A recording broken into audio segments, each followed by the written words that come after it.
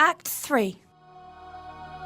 Kent found out that the King of France had come to England with an army and with Cordelia.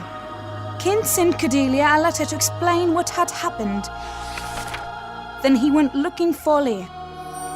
Meanwhile, Lear's sorrow and anger had become too great for him to bear, and he went mad. He shouted the storm to do its worst. Blow winds and crack your cheeks! Kent persuaded Lear to take shelter in a small, dirty hut.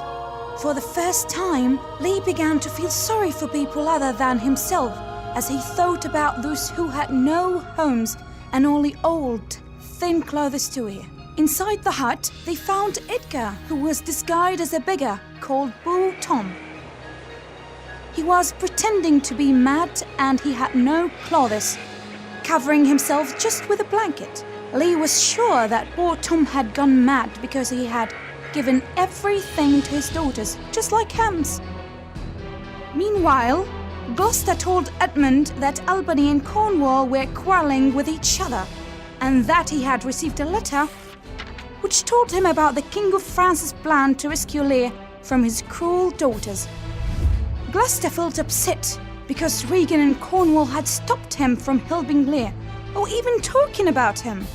He had now decided to take Lear's side against Cornwall, Regan, and their husbands.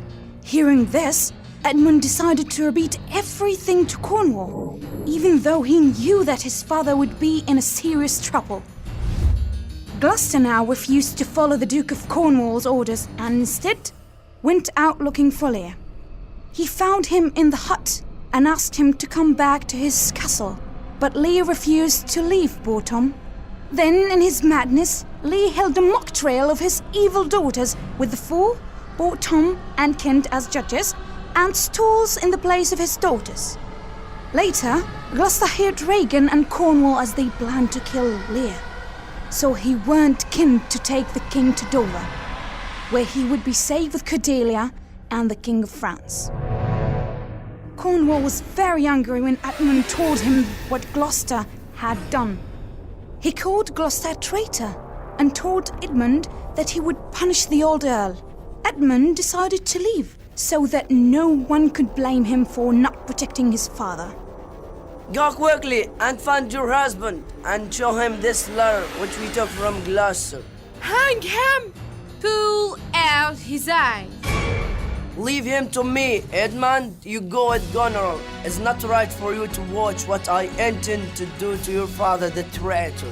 Ungrateful traitor! I'm not a traitor, you unkind lady. Cornwall decided to punish Gloucester by blinding him. He ordered his servants to tie the old man to a chair. Then he blinded one of Gloucester's eyes. Where have you seen the king? To Dover. Why to Dover? Didn't we tell you? Because you wouldn't stand and watch you and your sister torment him any longer. Just as he was going to blind the other eye too, one of his servants suddenly attacked him. He couldn't bear the Duke's cruelty any longer. The Duke of Cornwall killed the man, but he himself was also hurt. Despite this, he went on to blind Gloucester's other eye, and then told his suffering victim that it was his own son Edmund who had betrayed him.